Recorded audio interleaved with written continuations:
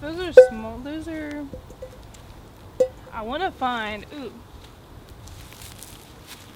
These, when they start getting like reddish this, ones, and they get all purpley, that's where we those want are the them. best ones. I mean, we can have them less, they're still good. But, ooh, and I love They're soft. these big ones right there.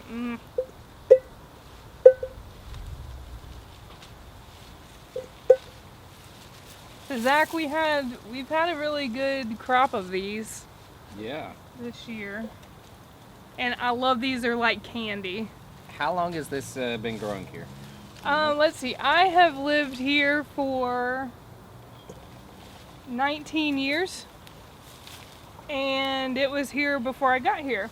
Wow. In fact, the person who lived in the house next door, he was actually my neighbor on the other side's father. And what he would do is he would make wine out of these. Ooh. So That sounds like a good idea. I think it is. And I've never made wine before. So what you think, Zach? Think we can do it? I think we could do it. All right, well, maybe wine's on the list because we've got a lot going in. Hey, it's April. I'm Zach. We're with Homesteadin In The City, and we are talking about scuppernongs, or muscadines. But scuppernongs are actually a part of the muscadine family. And if you're unfamiliar with either of those, they're basically wild grapes that grow here in North America. Mm-hmm. So as you saw, we're thinking of making wine. And so I've gotten a kit, Zach. And so I've never made muscadine wine or any wine before.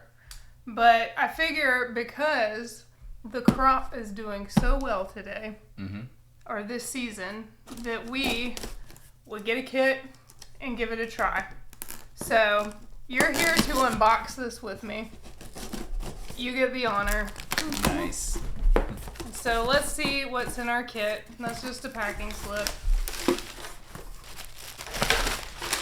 Ooh, okay. Yes, I wanted to do small batch, so we're just going to be doing a gallon. But 1 gallon. This is our main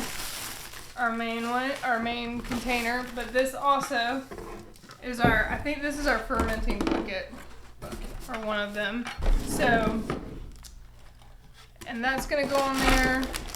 I have fermented other things before, so this whole process won't be completely new. Let me get the rest of what's in our box out. What We can unpack it here. What all have you fermented before? just some wheat and hops and malts and barley, you know. I those fermented things. some honey a few years ago. You've done honey? I didn't really love it. Yeah, but it's it was not a fun project. It's not my favorite either. Mead is yes. mediocre. But you can make your mead with this kit. Says so. Oh, and we could do elderflower and things of that nature. But we will be, for this first one, we are going to be doing the muscadine one. And as I read up on it, see, before I even ordered this, I was reading up on how to do just a very basic fermentation. And it's a lot of transferring through. But I think we're going to need to pick about 4 pounds of the scuppernongs, and then we'll mash them down and see. And then what we will have to do is add, I believe, this is our yeast. And so once we put the little yeast on there, it'll start eating up the sugars that are in the fruit, and that's what causes it to ferment. It starts to bubble and gets a little gassy. There's gas. And if you're not careful, it'll give you gas. So, and so these little guys here, I think it's this one, keeps everything from exploding. Essentially, is what it does. So, Oh, and we've got pectin and all that. So what I'm going to have to do is sort through the several different recipes, because this one is from a company called Northern Brewer. We don't have any type of deal with them, so I'm not promoting them to make any money, but they have some very basic kits and a lot of good instructions online. And then I'm going to probably compile some of their tips with other things I've read online. And so we will eventually make a video of this process. And so whenever we do, you will be invited along to take part. I think, just to catch them up from the basics on the fermenting that we've done before, that we'll mash up the grapes and put them in this with the sugar. It has to ferment in there for a while, and then that fermented mixture is what we can transfer to this, and then that depending on the drink, it will sit in the final vessel for a little while, and then after that's aged in here, then you can drink it. Then we can bottle it. So we'll get some little bottles. I might buy a corker. A corker. Anyway, yes, depending on where we cut, Zach was making a joke that you shouldn't hear. And so we'll bring you along for the journey. We've got rinse things and all that. Because the big thing with your fermentations is you have to have everything sterile. Everything's got to be really clean, because if any bacteria gets into your fermentation, you're donezo. Yeah. You need to use good aseptic techniques. So we'll be doing that shortly. Yeah. We might have to have our friend Danny the chemist on. You've seen him before on some of the channel. But he knows all about that. Some appearances. And while we're going to be using the fruit from our muscadines, you were talking about using leaves. Yeah, so like I said, muscadine is like North America's version of the grape that comes from Europe. And so a lot of the same things that you can do with grape leaves, you can do with muscadine leaves. Now, I'm not a big fan, so I'm not going to be making rolled grape leaves and stuff, because I think those are gross. But you just one thing I have, all of our Greek audience. All of our Greek audience. I'm sorry. Turkish, and Mediterranean, yeah. Well, great. Now they're going to be throwing dishes at me. I'll eat them. So anyways, I don't like grape leaves, but I've also heard you can use them like in your pickles for that, as you're throwing herbs and stuff in there. But yeah, so like all parts of the plant, but muscadine leaves, not the only leaves that are in season right now that are useful in our gardens. We recently used some leaves. I got them from Zach, because if you saw our previous video, one of our previous videos, we did a thing called, or I did with my Sunday school class and some friends, we did a thing called a boodle fight, which is a Filipino recent tradition, as I was told by my sister-in-law. She said it became popular with the resorts in the Philippines. And so, but what they do is it's got the tropical flair, almost like a luau type thing, but you lay down all the banana leaves, and that's your table, essentially. And then all of the food goes on top of it. The leaves add fragrance and a little extra taste to your rice and your chicken adobo and all of the things. Nice. And so if you were watching that video, you saw how we used them, but Zach has some leaves that are as tall as him. Yeah, I've had bananas growing for a few years. Haven't gotten any fruit off of them yet, but like we were saying with muscadines, you can use more than just the fruit off the plant. So the banana leaves are really cool. This is the perfect time of year to get them, because the trees have gotten about as big as they will get. We've come to the end of the summer, so the days are getting shorter. They're not growing as vigorously, so they're not really getting a lot bigger, and they won't really die off until we have our first freeze in like November or December. But in that window between there, they are getting battered by the wind and getting tattered, because we are coming into hurricane season here in South Carolina. And so that's why we can't, why the leaves might not be usable soon. But speaking of hurricane season, It's messing us up again. Yeah, our greenway. So if you've been with us for a while, you've seen us gather black walnuts and pawpaws. Yeah, If we you've even been got with us a confused long on them. time, if you've been with us from the very beginning, you've seen us get the two confused. Yeah. But we love black walnuts. We love pawpaws on this channel. The place where we get them in our city, it is blocked off right now because of a sewage spill. Yes, but last year I had these grand plans to harvest the black walnuts, and we're waiting till about September, late August, which is where we're at. Around September is when they really become ripe and they start falling from the trees. That's when you go pick them, both of them, whether it's black walnuts or pawpaws. Black walnuts, you have a little bit of more grace to be able to shake them from the tree. Pawpaw is just a matter of getting it when it's ripe. That's why they're not shipped. Even regionally, you can't find them in the stores because their shelf life is so short. It's tough enough just putting them in my bike basket and riding back.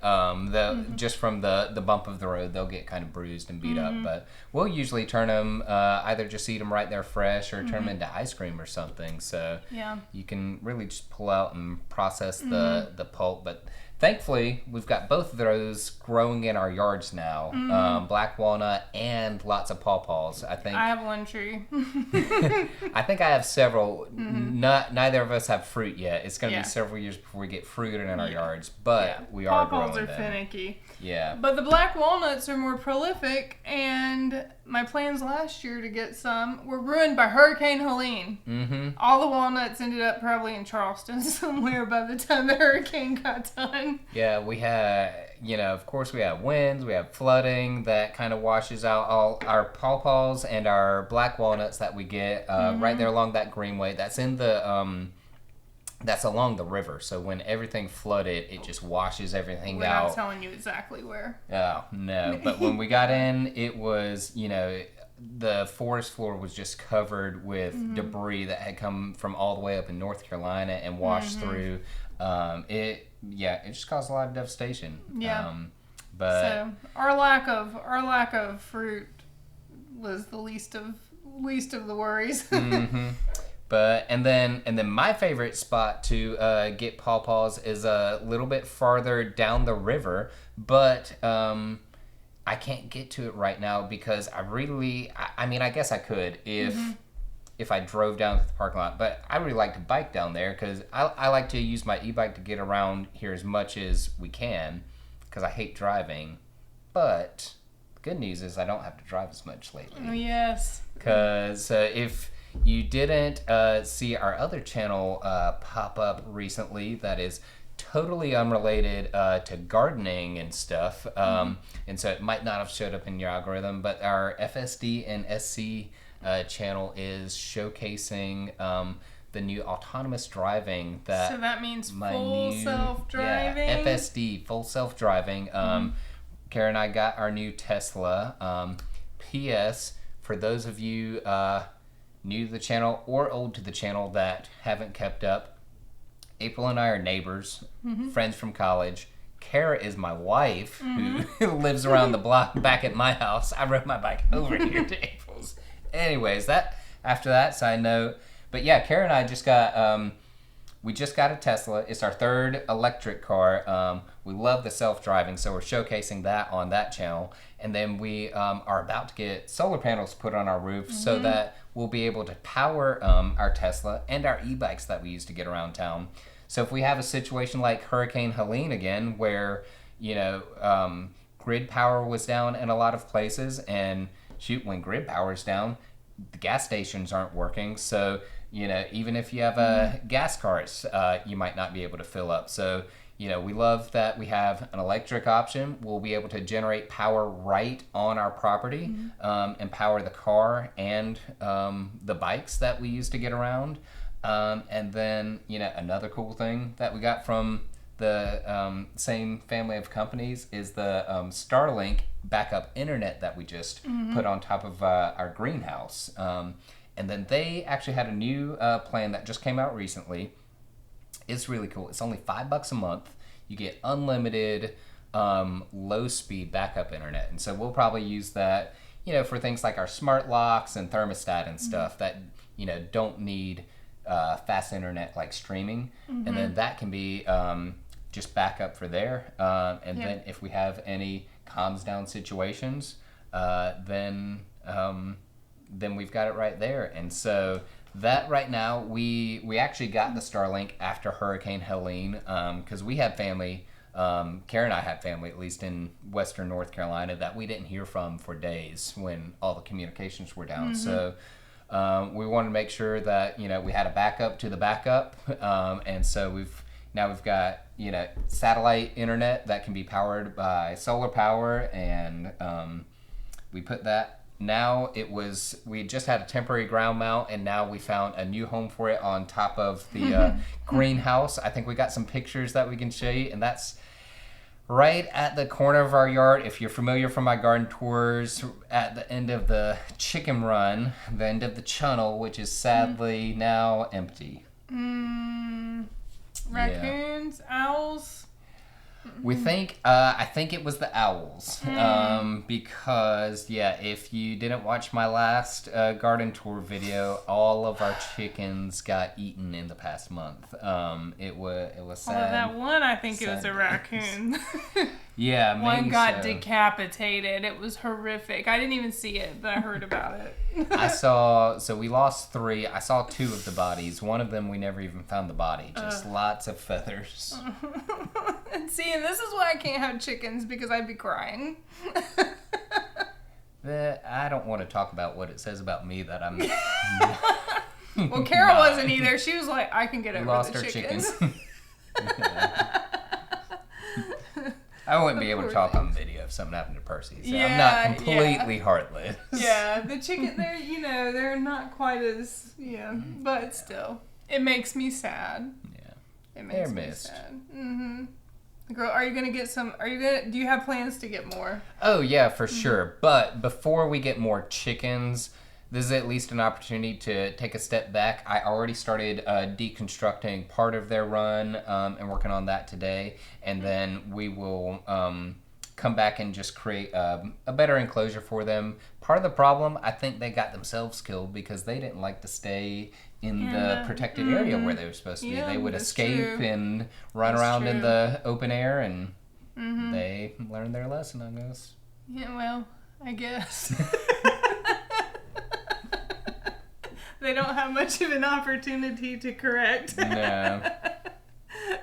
Well, they didn't. The second 2 didn't learn from the first one. Yeah, that's true. But it's a chicken. Yeah. I mean, did you even know that there was a headless chicken that lived for a good while? Mike the headless chicken. Oh, yeah. I'm not going to give y'all the full go, but you can Google it and see. Yeah, look it up. Look up Mike the headless chicken. Do people still Google things these days? Yeah, I mean, Google is AI now, so whenever you type your inquiry in, you get your AI thing. So it'll probably take a while for the language to change. Kind of like we still call X Twitter. Yeah. I remember, I was thinking the other day, actually kind of related. I remember using Google before it was a verb. Yes. I remember Ask Jeeves. So my back hurts. Well, I'm not getting any chickens anytime soon because... What are you getting? I'm getting revenge. If you saw my last video seated here, we started the revenge garden, and I've added to it. And I found a new friend named Dr. Bones, who now lives out front, as well as some more gnomes, and Zach brought me some drawers. Not like southern drawers. Yeah, not southern drawers. Like from a dresser, from not your Chester drawers. And so because I already had 2. It was actually Kara's idea. Last time they were over here a couple days ago, she saw that I repurposed a drawer and grew some flowers in it. It was something for my bathroom reno. And I'd seen somebody else do it, just drilled some holes down the bottom. If you've seen my garden tour, I think I did bring it up. But then we thought it would be cool to have a bunch of them for the front yard. And so that's going to be a new installation coming soon. But my plan is to plant some flowers in there. Maybe I'll put some, I've got a lot of pink purslane coming up. Pink purslane, I believe, is our only native succulent in this area. I didn't know. And you can eat it. It is edible. And so whenever people were, and I think it still grows in the cold. Like it's still around in the cold. It thrives right now, but in the cold. So if you are out of greens and need something for that type of nourishment, pink purslane can do it for you. So, but we have a lot of additions to the Revenge Garden, and the fun thing is, I've even, as I work, sometimes I can look out my window, and I've even seen cars slow down. Check it out. I could tell they had like a child in the back seat, and they're looking at the dinosaurs and the gnomes and all that. And so it's become a fun project. And while I am not quite as into the all of the solar energy and everything as much as Zach, I'm letting him figure everything out before I do anything. And this is my chat GPT. And so but this is my quant. Yeah. And so I have to pull that clip. Do you know like that meme with that clip? Which clip? Oh, shoot, what's it from? It's from like not Wolf of Wall Street, the not Big Bang Theory, the big is it Big Bus? Short? Big Short. Oh yeah. I have seen the movie. I'm pretty sure it's from that. And Ryan Gosling says like, "This is my quant. He's straight here from Asia, doesn't even speak English." And the guy's like, "Dude, I grew up in San Francisco." He's like, "Shut up." That's my quant. He does speak English. But we could pretend you didn't. See? But what I may do, I eventually want to add a fountain to the Revenge Garden. And so what I'm going to need Zach for, because I don't want to have to power that, I don't want to have to run a bunch of extension cords or anything like that, we're going to figure out the amount of solar power it's going to take for that. So once we find out the fountain, the perfect fountain, if you have any advice for the perfect fountain, drop it in the comments. I would like to see. Send me links, send me pictures. Let me know. Yeah, I think that'll be a fun project because like this is the perfect application for, it's essentially a micro off-grid solar setup. Yeah. And because, yeah, like you said, it's really expensive and destructive to, the plants you already have in to try to run power out to somewhere else. Yeah. And if you only need a little bit, then, you can measure that. And then, so that's what we'll be doing. So once we find the perfect fountain within the perfect price range, we'll be doing a solar setup for that. And then what else do we have coming up, Zach? Am I missing things? You just did a garden tour at the end of August. I talked about what I was planting in August. So it's finally getting cooler. Yes, it's finally getting cooler. Soup season. Oh, soup season. So we will be coming out with some more soups. So the month of September, today's September 1st, as we're shooting this, and you'll probably see it a little bit after, we're going to probably take a little more of a break from the videos and focus on some of our website stuff and our recipes and things that we want to beef up on the website, homesteadinthecity.com, or you can do the short one, hitc.city, both that will get you there. And so we're adding more things to the website, but I've got a mushroom soup. It's really good. And so that recipe is coming out. Will be probably a few other ones too. And then I have some other dishes that we're testing. We'll have these on the website if people want to see the hands-on of you making the dishes. Yeah, you might We're not gonna make some more recipe videos. Yeah, I think we can do that. We might not do a video for every recipe, but we have another channel called Cooking in the City on YouTube because of the algorithm. Yeah. April and I are very stubborn. But even we have to admit that apparently y'all don't want to watch gardening and cooking content in the same place. Yep. So, because of that, because of the tension between the two subjects, even though we think they flow very well together, you garden, you grow your food, and then you take it into the kitchen and you cook it. That really makes sense to us.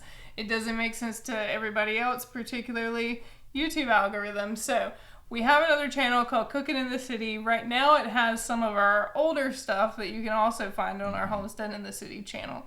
But all the new things will be going there soon. So go ahead and subscribe if you haven't. I think there's like 4 people subscribed. So you probably haven't. So go do that now.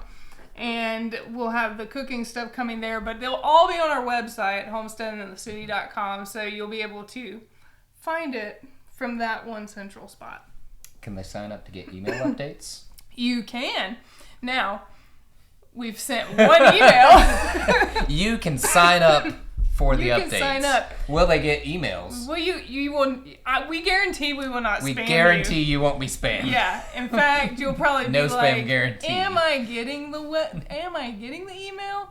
Well, we've sent one, but we hope to, in the future, send some more. So go ahead and sign up for that, but don't forget that you signed up and be like, what is this? A year later, whenever we send an email. At most, honestly, you might get 4 a year, 1 for each season. That's probably really our goal. our goal.